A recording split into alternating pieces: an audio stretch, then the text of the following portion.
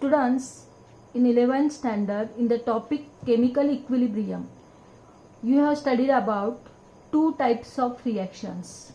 First one is reversible reaction and another one is irreversible reaction. Reversible reaction and irreversible reaction. Reversible reaction is a reaction which takes place in both the directions, that is in forward direction as well as backward direction. For example, suppose we have A plus B gives C plus D, where A plus B gives C plus D is forward reaction and C plus D gives A plus B is reverse reaction, or it is also called as backward reaction.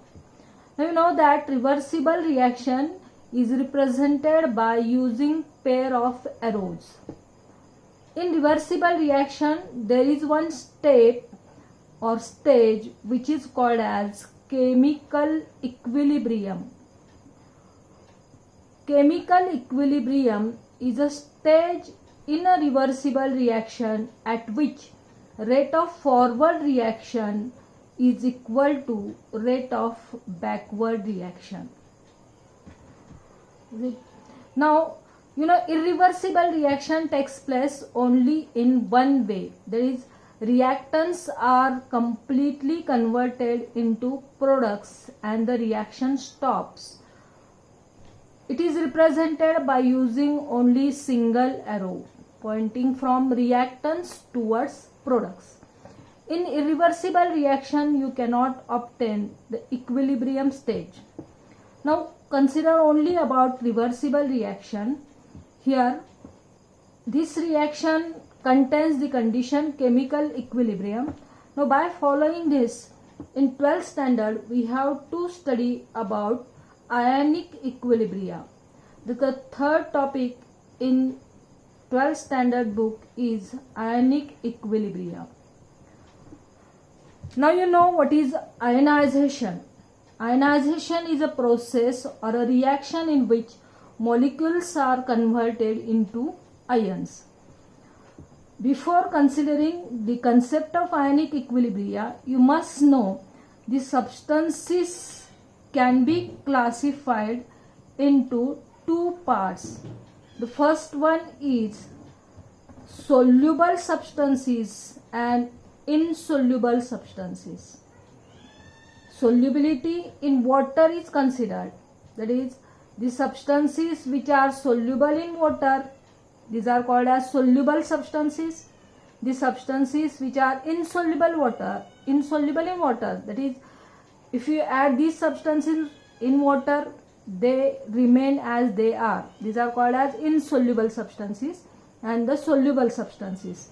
Now, soluble substances, when they are dissolved in water, they can be converted into ions or they can remain as they are.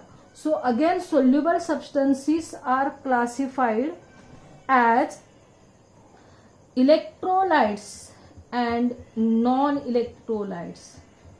Electrolytes and non-electrolytes. Now, electrolytes are the substances which, when dissolved in water, are converted into ions. That is, electricity can flow through these solutions.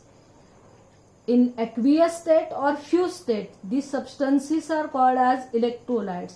And these electrolytes are acids, bases, or soluble salts. And non-electrolytes are the substances, when they are dissolved in water, they cannot be converted into ions. They remain as they are, that is, in the molecular state. For example, when you dissolve sugar in water, that is sucrose when it is dissolved in water, or urea if it is dissolved in water, they remain in the molecular state. They cannot be converted into ions. These are called as non-electrolytes, and through these solutions electricity cannot flow. Now consider about electrolytes only. Electrolytes are the substances which can conduct electricity, that is, they are converted into ions when they are dissolved in water. The examples are acids, bases and salts. Now acids, if you consider, you know HCl is an acid, so it is called as electrolyte. NaOH is a base, you can call it as electrolyte. NaCl is a salt, this is electrolyte. Again, electrolytes are classified in two parts: strong electrolytes and weak electrolytes. Strong electrolytes and weak electrolytes. When these electrolytes dissolved in water, they are completely converted into ions. They are called as strong electrolytes. That is, there is 100% ionization. The examples of strong electrolytes are strong acids, strong bases and soluble salts. Strong acid, if you consider HCl, then it can be ionized as H plus Cl minus. Strong base, for example NaOH, it will ionize as Na plus OH minus. Salts like NaCl, when it is dissolved in water, it gets converted completely into Na plus Cl minus ions. See here, I have shown all these reactions in irreversible manner. That means this reaction is irreversible. These strong electrolytes are completely converted into their ions. Ions cannot again form the molecules.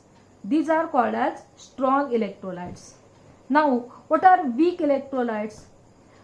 The electrolytes which are ionized to very less extent, these are called as weak electrolytes. That means their ionization is very less, and the examples are weak acids and weak bases. Weak acids, for example acetic acid CS3COOH, when it is dissolved in water, it is converted into ions, but the ionization is very less, and so this reaction is reversible reaction. That is, molecules are converted into ions as well as ions can be converted into molecules. So this reaction is called as reversible reaction. The second example is weak base. For example, NH4OH, ammonium hydroxide, is a weak base.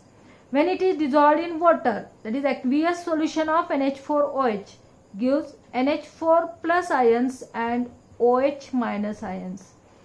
Now you can understand the difference between strong electrolytes and weak electrolytes. Strong electrolytes are 100% ionized. Weak electrolytes are ionized to very less extent. And so, in weak electrolytes only you can obtain the condition of equilibrium. That condition is called as ionic equilibrium. In the next video, we shall consider about the acids and bases in detail.